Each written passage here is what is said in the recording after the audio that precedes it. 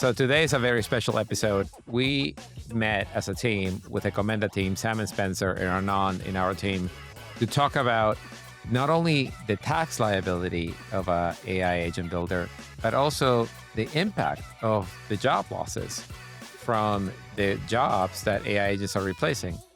And listen, we take no part of it. We're just reflecting the news and telling you where the ball in the puck is going to be. On the one hand, there is massive disparities in tax collection between states, which depends on how you build your agent and how you instrument your agent can mean the difference between getting taxed in 22 states or getting taxed in 4 states. So for those out there, for those AI agent builders out there, pay attention. The second part of the show, we talk about the actual implications of what happens when AI starts displacing jobs and what does that mean for the revenue of the state programs and on the city programs, and what is the size of the shortfall. To give you a quick cheat, for every white-collar job replaced that is $60,000 and above, about $18,000 are lost in tax revenue for every layoff that you see out there. And that is for $60,000, which is not the case in a city like Seattle, where the average job is going to be more in the $100,000 to $150,000, which means that the tax shortfall for that city, Seattle, is going to be way bigger. And that's the city I lived in. That's where the Seattle police is. There's a lot of programs that are funded by the state. And this is the kind of conversation we're going to have. This is not about politics. It's about the facts on the ground. So I encourage you to listen to it. This is a different episode. This is a more thoughtful episode. This is a future episode. And let's get paid with Sam, Spencer, and Arnon. Let's go. I'm super excited to be here with the Commenda team that worked with us on a agent tax study. We found a lot of surprises, a lot of ways for agent builders to cut their tax exposure, but that comes with a consequence as well. We just came from massive amounts of news around layoffs across the board that, of course, are not related to AI, but we all know it is. So this is going to be interesting, deep, and a strong conversation with the Commenda team that has deep knowledge in tax, but also deep knowledge in the economic consequences of some of the things that we're seeing in the world, along with our billing tax expert, Arnon. So with that, let's kick it off. So Manny, I'd actually like to start with how this started, if you remember. Oh, shit. Yeah, someone asked us and said, should we charge sales tax? And we were looking at all these different tax solutions. And the question was, actually, should agents be taxed? Right? So that's how it started. Yeah, that's a really good point. So we were, we were having a conversation with a tax expert because we were trying to set up tax for paid. And that person posed a question. I was like, what is a sales tax treatment for agents being sold when agents are moving from being software to being services? And we were stumped because he didn't think about that. And it led it down to this question of like, oh, well, it depends on the state. And then once it went down that rat hole, we had to find the experts to go help us answer that question, mostly for our own knowledge, but then to share with all the agent builders out there that are trying to figure out how to make the most amount of money from what they get paid. So Sam, Spencer, do you remember when we discovered that this wasn't like a single issue, like a single company issue? It's like not how this company structured things, but like there's a more structural problem at play here. Yeah, so I think the answer to that lies in how we apply existing tax rules to this new category of companies that are cropping up during this AI era. Traditional SaaS assumed human users and subscriptions. Agents fundamentally break that assumption. They're operating globally, autonomously, and without human intervention. And there's a question around how they fall into existing tax frameworks. It's much broader than just any one company. And that is what we unpacked in our report. Can you talk a little bit about so the first transition was from perpetual to SaaS, right? So you went from owning the box to renting the box. And now you're going from renting the box to potentially paying for what the box produces and nothing else. So how did tax treatments change over time from one transition to the next? And what's the expectation for the transition to the next one? It's an interesting way to frame that question. Cloud service is itself relatively new. Before that, almost all software was downloadable. And we've seen the emergence of new frameworks from the different states in the US and internationally as well as they apply to cloud services over time. This was going to be another evolution of that framework where it's going to be how to tax outcome-based pricing from agents. And so I think it's just, another step, because the government is not going to lose their tax revenue. They're going to find some way to tax these services. And the question is, can they fill their budget shortfall quickly enough by keeping up with the innovation in the agent space? So if they do that, does that mean that the kind of arbitrage issue that we found, is that a short-term thing, or is this so basically are governments actually going to fix this? And if so, how long do you think it will be before they decide to fix this potential loophole? It's funny that you asked that. I was looking at this chart. Someone shared it on Twitter, I think yesterday, and it was showing GDP growth and employment growth over time, and it was basically just perfectly correlated. Um, and then sometime a couple of years ago, job growth starts to go down. GDP growth continues to increase kind of at the same rate. They drew a kind of vertical line on that exact point, and they said this is when ChatGPT came out. I was reading the Wall Street Journal this morning that, new grad employment is kind of dropping very dramatically. There's certainly a vibe that it's dropping very dramatically. There's all these maybe things that you can say about, well, okay, is that actually because of Fed policy or whatever it might be? But it certainly does feel like it's very hard not to believe that AI is starting to affect the labor market. Um, it doesn't necessarily matter if people, if that's true or not. What matters is if regulators believe it's true. My hunch is sort of that the European, sort of very left-wing Europe, is probably going to be the first ones to move on this. You'll probably see them do something with their tax codes first. You'll probably see, Canada, California, New York follow after that. I think the interesting question for sales tax specifically is going to be that you're very much going to see a federal approach. I think what you're going to see is a federalist approach, rather. You're going to see some states that are going to attack this head on. I think some states are going to be skeptical and say, well, was it Fed policy? Was it ChatGPT? It's very hard to tell.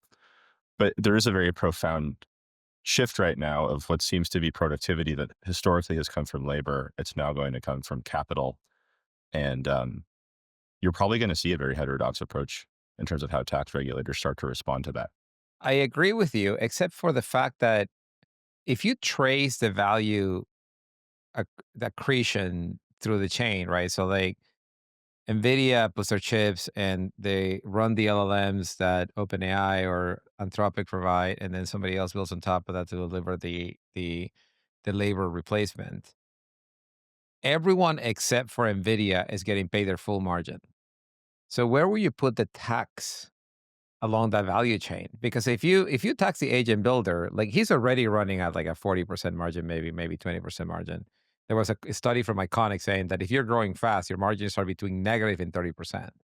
So then, okay, so not them, then the LLM provider. Well, we all know they're losing money hand over fist because they gotta pay the piper, and the piper is NVIDIA.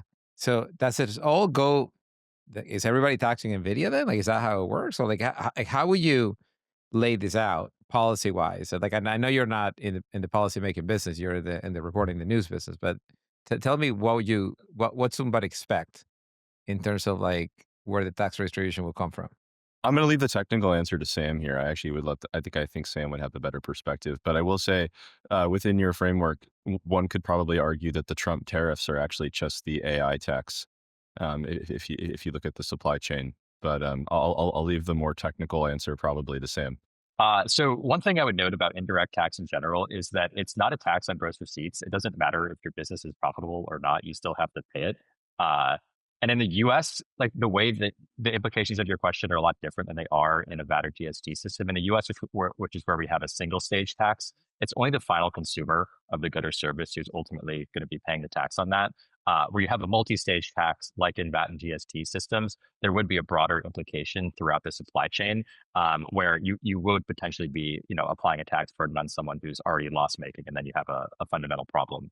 I don't know if that fully answers the policy implication of your question, but I think it'd be a bit simpler in the U.S. and there's a broader implication for tax systems globally.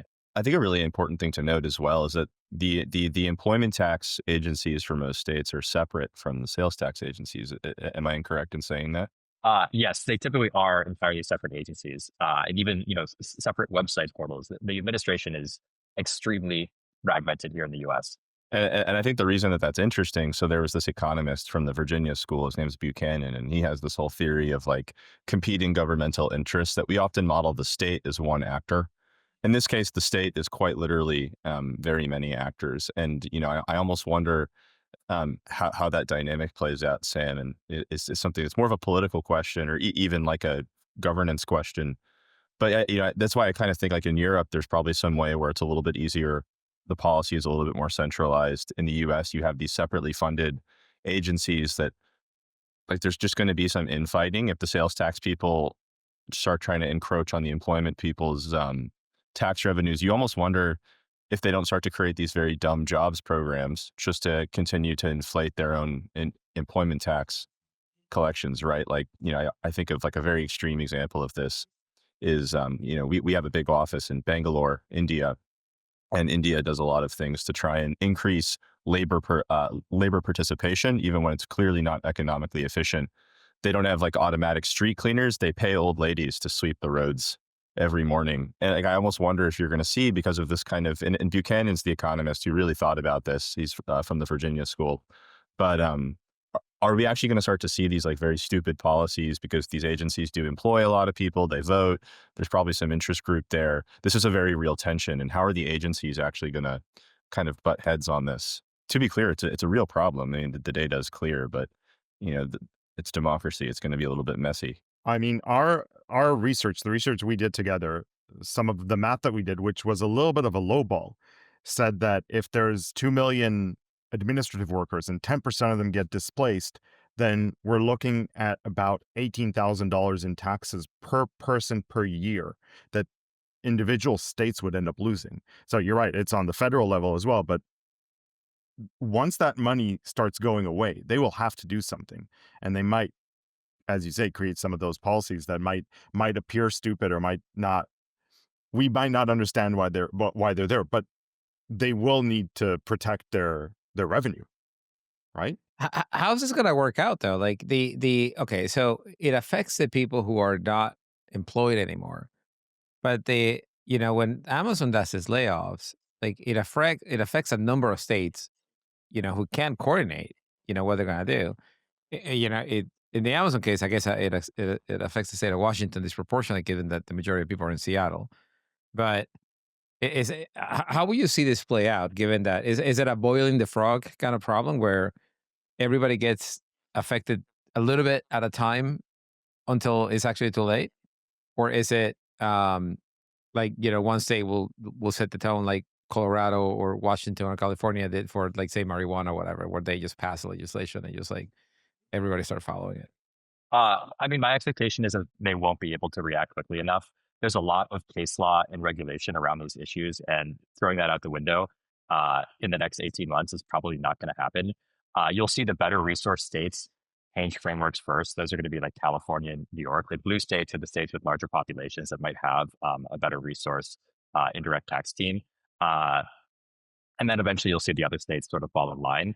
But even before that, I think you'll see existing concepts just get applied to AI agents, which is partly what our report uncovered. But we're going to have sourcing rules and nexus concepts that are uniquely applied to AI agents. There'll be private letter rulings, many of which we received during this report from the state agencies about how existing frameworks apply to AI agents. And then over time, you might see more formal rulemaking processes around what this is going to look like over the next 5 to 10 years. But it's going to take a while. And I think there's going to be, there's a potential for a large budget shortfall in the meantime, because, as we discussed, there's two key problems for the states. They're losing both payroll tax because of job losses due to AI agents, and secondly, sales tax as well, because in many cases, agents are non-taxable. So can you give a few words about what the letter ruling actually is, the PLR? What is that? What did we do there? And what are the numbers that we got from there? Like, because I remember there were like, 92% of states found this not taxable. Like, can you give a few words about that? Yeah, so a private letter ruling, it varies state by state in terms of how they're administered, but typically you are going to a state with your sort of tax scenario. If you divulge your identity as a taxpayer, the ruling is binding. So you say, this is what my business is doing using my products and services. Are we taxable or non-taxable? They will come back with a private letter ruling and a determination, and you can take that to the bank, so to speak, and the sense that it's defensible upon audit as well. And so what we did is we approached almost all the states with these scenarios and these sort of 7 agent types to see how they viewed their taxability in each one of the states. They're not doing a lot of innovation in the sense that the agency is not going to come up with a new tax framework in your private letter ruling, but they can tell you how existing frameworks will be applied for those particular companies or scenarios that are outlined in the private letter ruling. So, but the private letter ruling was mostly around sales tax. Yes, those were only sales tax. And the sales tax team doesn't talk to the employment tax team, as we just established a minute ago. Correct. So this feels like it's a perfect storm, and that is affecting one, and the one who to take action is the other. So it's affecting the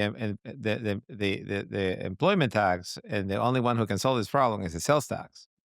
Has that happened before? Like, or are we in a perfect storm of like first timing in a country that relies on history to make decisions forward?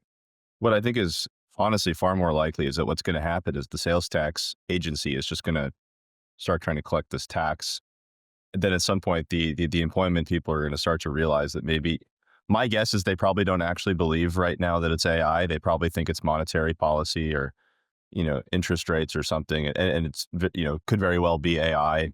And then they're just going to be late to the party. And the sales tax people have now increased their revenue, and it's government. So obviously they've gone and spent the money already. They've already planned new programs and new expansion of existing programs based on their increased revenues. And then I do think you are going to have a tension there. And I think not the first time in history that you've seen some kind of a shift like this.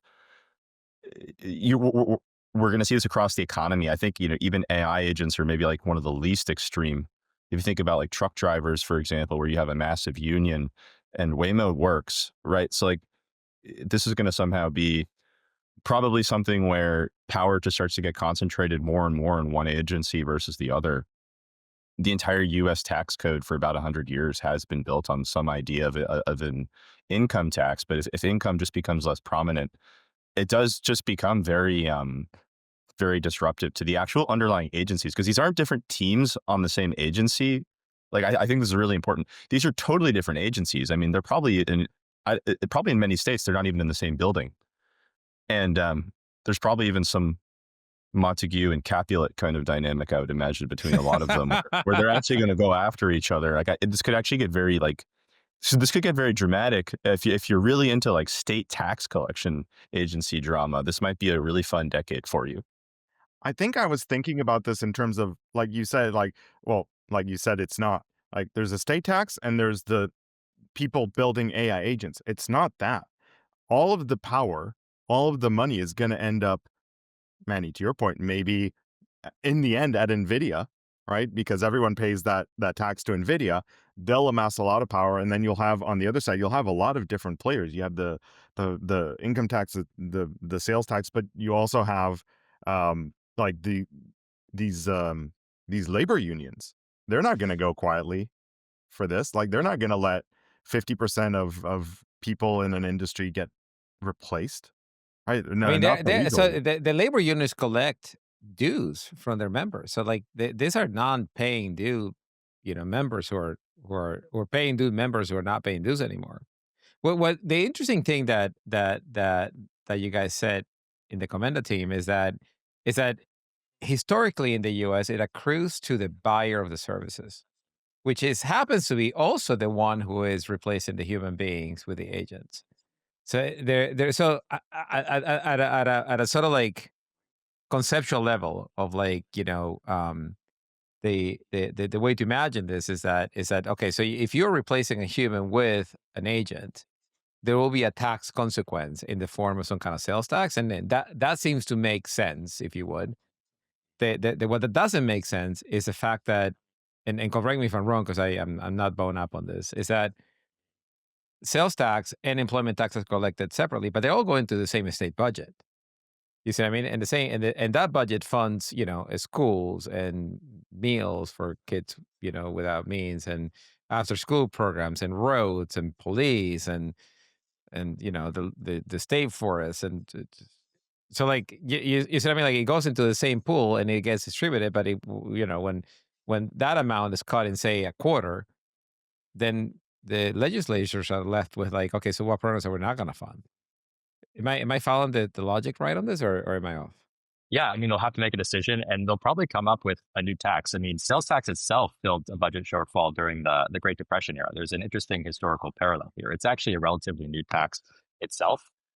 It really didn't take off until like the 30s. And then, so we've had it, just shy of 100 years now across various states. And then the states sort of all copy each other. And there's different, I mean, this is laboratories of democracy, that there's a federalist argument here, but some state will find the best practice in terms of how to fill their budget shortfall, and then the other states will quickly fall in line. So the aha moment for me in this is that it's not really like I was thinking about this almost like a loophole. This is not a loophole. This is a pretty big blind spot that could end up creating a lot of problems for a lot of people in a lot of different areas, and globally, not just the US. I know we focused on the US, but this is going to be a completely global issue. Arnaud, why don't you give us some color on how would this be dealt in Denmark or in the Nordics, which is like the happiest countries alive, apparently. That's a good question. So we're in Denmark, we're taxed backwards and forwards in all directions, right? And But look how happy you are. It stops. So look at like everything is covered and like but like so everything is free in that regard, right? School is free, university is free, healthcare is free because you pay for that through taxes. I think here this wouldn't be like the government would not allow this to happen. When at some point they see, oh, well, we're losing a lot of jobs, we're losing a lot of people, they would start putting regulations on these companies that they would have to explain, or they would maybe create before they create a tax, they might create a process to say, if you're replacing a human with a robot, you have to explain why you're doing that, or why this robot is better suited and how it's helping you run your business. So they might create a new reporting requirement. That's how I know the government here in Denmark. I don't know how that would be elsewhere. But that could be a thing that we like you can't fire a person who's pregnant, right, without like showing that it's not related to the pregnancy. You have to prove that, for example, and say, look, we just shut down the entire branch, so there's no place for this person to be, and that's unrelated to their situation. This might be the case for this. I can imagine that being the case. To add on there, I think Manny made an interesting point as well about the labor unions. And we've already started to see that at the port authorities in the US, where they're trying to ban certain types of automation. I mean, that's more robotic automation than agentic automation, but it's a very similar parallel where, whether it's the labor interest or the government itself who's trying to create some impediment to automation, we're going to see a lot of different efforts around that. And I think, the arc of history has shown that those are not sustainable in the long run. I mean, technology and efficiency are going to win out in the long run, but there is, it might take 10 or 20 years to get there. One of the parallels that I've been thinking about in regards to this is mobile. When mobile came out and everyone was suddenly, shifting, there had to be kind of new rules and new systems put into place. You can say the same for e-commerce. There were no rules for how to tax e-commerce at the beginning because you weren't usually buying, something from California if you're based in New York.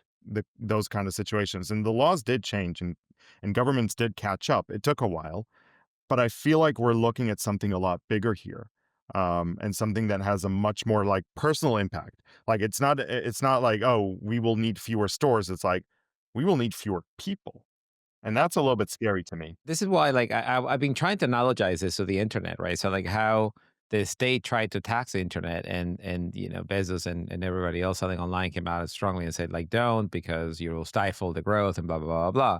But eventually they did, because Main Street got hammered with people who were not coming out to buy stuff because they were buying online. But it was within the same, like, but what I learned right now is that that sales tax is in one department and employment tax is in a completely different department, and they don't coordinate with each other. And this is exactly the blind spot that Arnaud is talking about. This is so like right in the middle of the fairway kind of problem, where it's not sales tax problem, it's not, but it is an employment consequence to deal with this if the tax is not collected, because all these people are getting displaced. Just to add on, so Sam and I were actually just this past weekend, we were actually up in Anacortes, Washington, we were up there with our friend, and he was actually, so he actually works for the Seattle City Council. And one important thing to note is sales taxes don't just get administered at the state level. In Europe, you have some standardization of the VAT system. In fact, it's even somewhat standard now across the economic bloc. Municipalities actually have their own sales tax, and typically it's to fund specific programs. So, there was this big, there was this sort of debate that I think he had. So his wife is a little bit more moderate than him. She thought it was very good that they were going to increase funding for the police budget because the police department is understaffed in Seattle. There's this big process. They actually raised the sales tax by 0.1% to fund additional police spend, basically, because they're understaffed by about 200 officers based on kind of a per capita basis for a city of their size. This isn't like, it's not even just state agencies. It's like state agency, municipality. They're all trying to fund specific programs. The way this plays out in the US, it's not like there's one budget that everyone's pulling from. It's like the tax funds a specific government program for a specific municipality or a specific state. And I mean, if what we're seeing is ChatGPT and not interest rates, and it really does matter if you believe that, which is why I'm going to keep referring to this. Obviously, we all know that it's the shift of productivity from labor to capital. But if it truly is that, you're going to see you're going to see like police budgets start to get strained. You're going to see specific programs get hit really hard that are administered by specific agencies.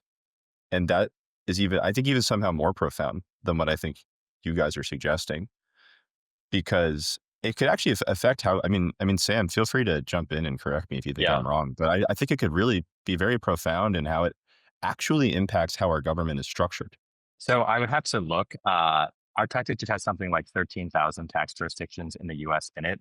Some of those are down to the building level, but there's a lot of carve outs for specific programs or agencies, like Spencer mentioned. Police, fire, hospital, things of that nature all have specific sales tax jurisdictions that apply their own level of sales tax on these sales. If we are going to have this shift in this budget shortfall, as we've discussed in this report, it's going to hit all of those specific agencies really hard. And that's not even across states. Some states have tons of those, others don't have as many. So that's going to fall unevenly across the US. To reply to an earlier point you made, Manny, about, what did this look like during the e-commerce era? It took about 20 years, 25 years before we ever even figured out how to apply sales taxes in e-commerce, because we didn't even have this concept of economic nexus. 20 years? From when to when? From, the 90s until 2018. So 2018 is when, wow. What was it? Wayfair v. South Dakota was decided by the Supreme Court, which allowed states to impose a sales tax obligation on out-of-state sellers. Before that, you could only tax in-state sellers. And there was a series of haphazard ways that states tried to get around that over that preceding 20 years. They came up with ridiculous concepts like cookie nexus, where if you installed cookies on your customer's computer, you could then tax them in another state. They had click-through nexus, which had to do with marketing and affiliate links. There were all these different ways that states were trying to get at this tax revenue coming from out-of-state sellers. And it wasn't until we had the Supreme Court decision in 2018 that it actually became possible for them to do so in sort of a rational way, because it's the federal government in the US here that regulates interstate commerce, and they weren't able to do so without the say-so of the feds, essentially. Wow. This is, we're going to see pitchforks. It can't take that long. 20 years is an enormously long time, because the impacted are coming out in the tens of thousands. So I don't know, out of the 14,000 that Amazon just laid off, I don't know how many were in the city of Seattle. Like how many, like you guys were just in Anacortes. Like how many will you get? How many will you guess? That's a good question. I would guess, it's probably across most of their warehouses, and those are distributed throughout the states. So I couldn't estimate the specific impact on Seattle. But that's assuming there was a warehouse layoff versus something else, right? Like if it's assumed that it wasn't, then the majority of there's like 2 or 3 core headquarters for Seattle, and the majority one is Seattle. So like, let's say for a minute that it was like out of the 14,000. There was at least a couple thousand in Seattle. That's a major. If it's 18,000 per, and it's 10,000 that were let go in Seattle, that's $18 million of revenue shortfall for that per year, right there. Don't forget the 18,000 was for a person making 60K a year. I'm assuming some Amazon people earned a lot more. Yeah, nowhere near that. Like everybody's in the 100 to 150. So that's easy double. The way we got to the 2.7 billion was, let's assume that people who are doing like administrative work will be the first to get cut. Dude, but all politics are local. This is a $36 million shortfall. If it's at 18,000, you double that is if 10,000 people were laid off in Seattle and it was 18,000 per person, and that was on a 60,000 base salary. Let's double that. That is 36,000 base salary. That's a 120,000 base salary. That is a $36 million shortfall in the city of Seattle coffers. Now, not even the Washington State coffers. This is the city of Seattle coffers that are funding all sorts of things, including, our finest Seattle PD. So it's not just that, but we're banking it paid, right? That agent adoption accelerates. So it's going to get worse. It's not going to get better. It's going to grow. It's going to keep growing. The numbers are going to go up. And I have to get back to this point, but all of that money is going back to Nvidia. All right, Jen. So how does this play out? Well, if you listen to Arnon, it'll just be that Trump keeps raising the tariffs, and then we just redistribute that to cover the employment losses. But Sam, he won't. Tell us. He won't. Okay, so how's that? He probably won't. I mean, I think it's a good point because you've got two big holes in the state budget, right? Payroll tax and sales tax. Plus, I have to imagine there's going to be, increased urgency around concepts like universal basic income, which have been around for the last 10 years or so. I mean, there's all sorts of talk around those in this new agentic and automated era. And those obviously require a huge amount of funding as well, none of which can be, sourced from the existing tax base as it stands. So that's really interesting. So the part that I find compelling, though, is the fact that if the buyer of the services is the one paying the taxes, then there may be a way for that entity to make up for some of the shortfall. I don't know that is, to the tune of the lost employment, but at least is closer to it.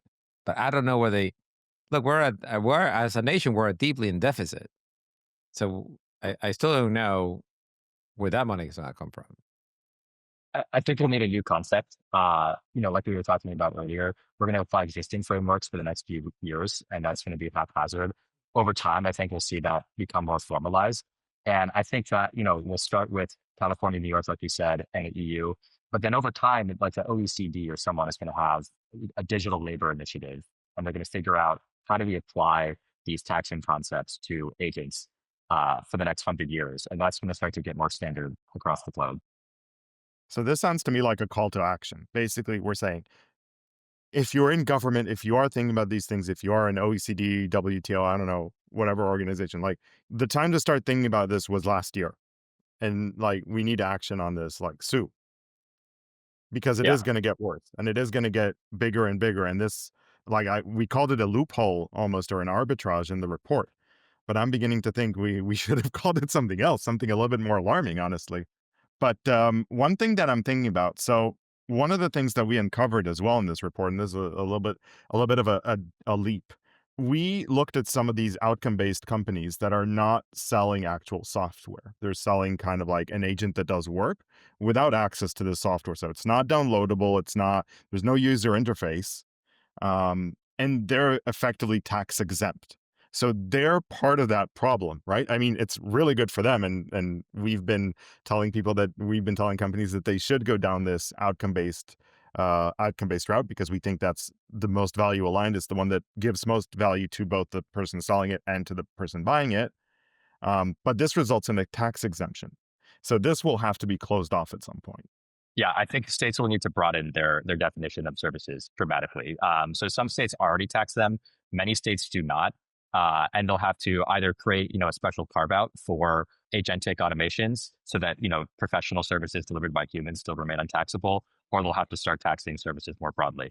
And then there will be, I think one of the things we talked about was like, is there a human in the loop in this? Was a human involved? If a human was involved, it's one thing. If a human was not involved, it's another thing.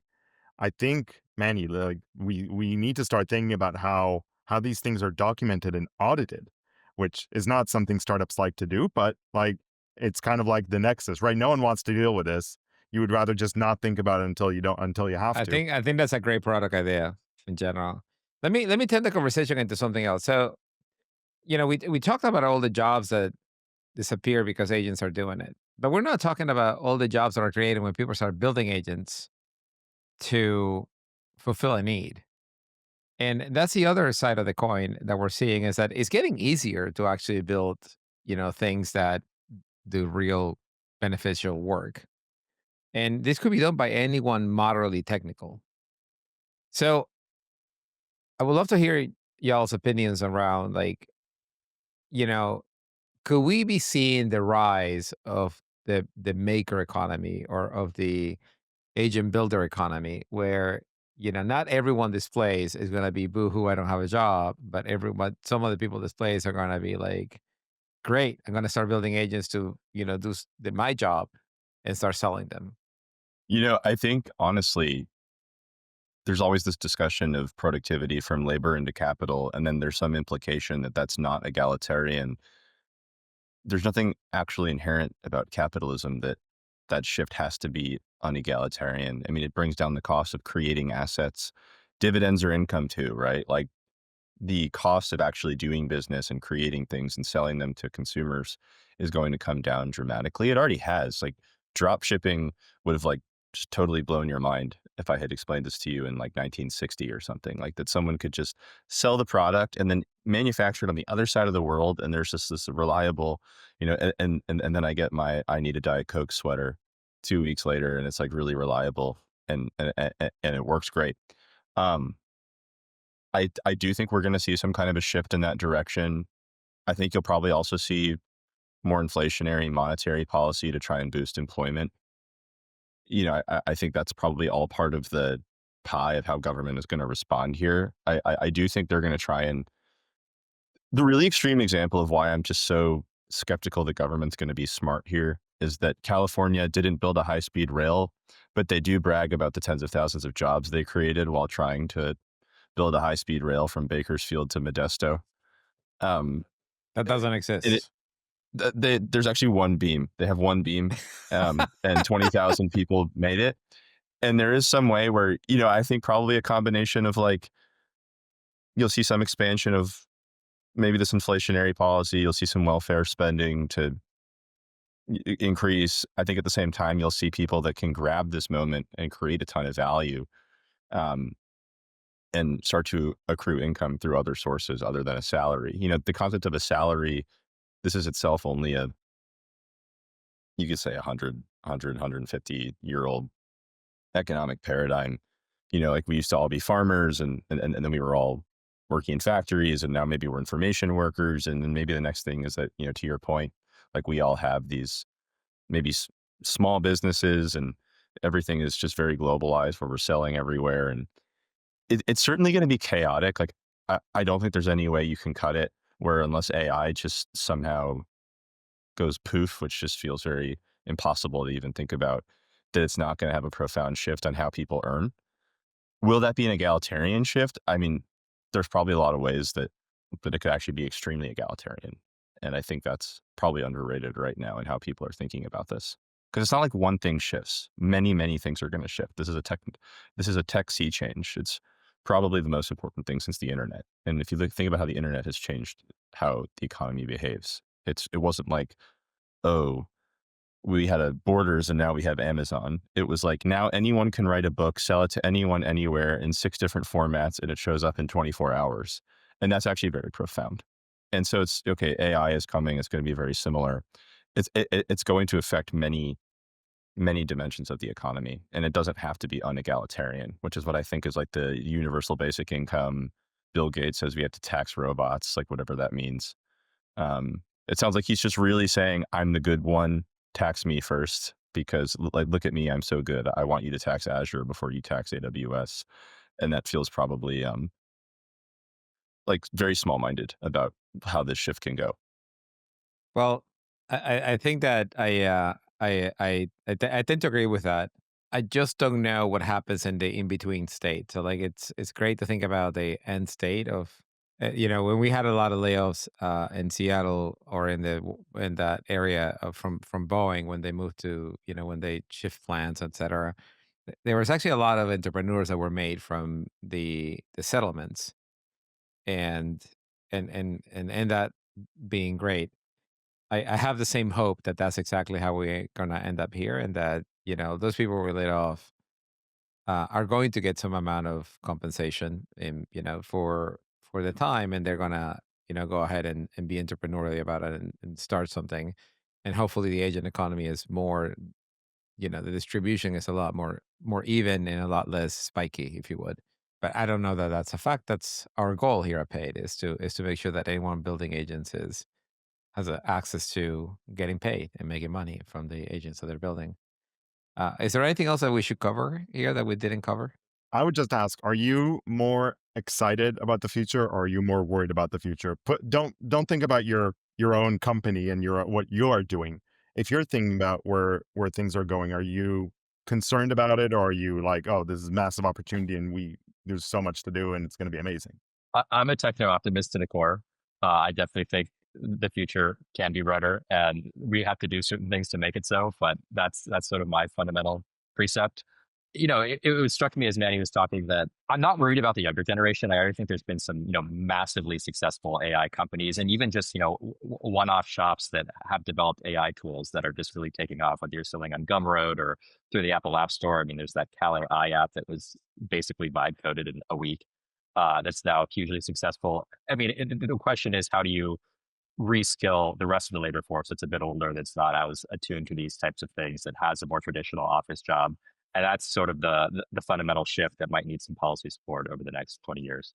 I generally agree with you, but I can tell you my mother uses ChatGPT like 300 times more than I do, and she's in her 70s, so I'm not too worried about the reskilling. Like there's a reason this thing is taking off. It's so in tune to like how we like being. So I don't know. I think there's not going to be that much need for reskilling, but I don't know, maybe. Spencer, what do you think? I think the future can be very good. I think it should be very good, and I'm determined to do everything I can to ensure that it is. And I think anything that makes people more productive should necessarily be good for everyone. So I'm optimistic, I guess you could say. Even if we don't tax it. We might not have to tax it. We probably should tax it, though. We tax so many things. California is not that different from Denmark, except for the fact that we don't have any services. I don't even know how to top that. Like I think we ended here. That's we amazing. ended here. Like that was a mic drop moment brought to you. All right, Spencer, Sam, thank you so much. And Spencer, Sam, that was amazing. Thank you so much for. If you haven't read the report, it's on Commenda.io and it's on pay.ai. You'll find it in both places. I do recommend everyone read it. It's deeper than it looks. You see the number and you're like, oh, what am I? There's a lot going on in that. There's a lot of depth to that report. Very thankful that you ran this with us. Just from ideation all the way to like we have answers from like most states on how this is going to work. So really, really thankful for this collaboration. Yep. Thanks, Arnon. Thanks, Manny. Thank you, guys. Gents, thank you so much for the work.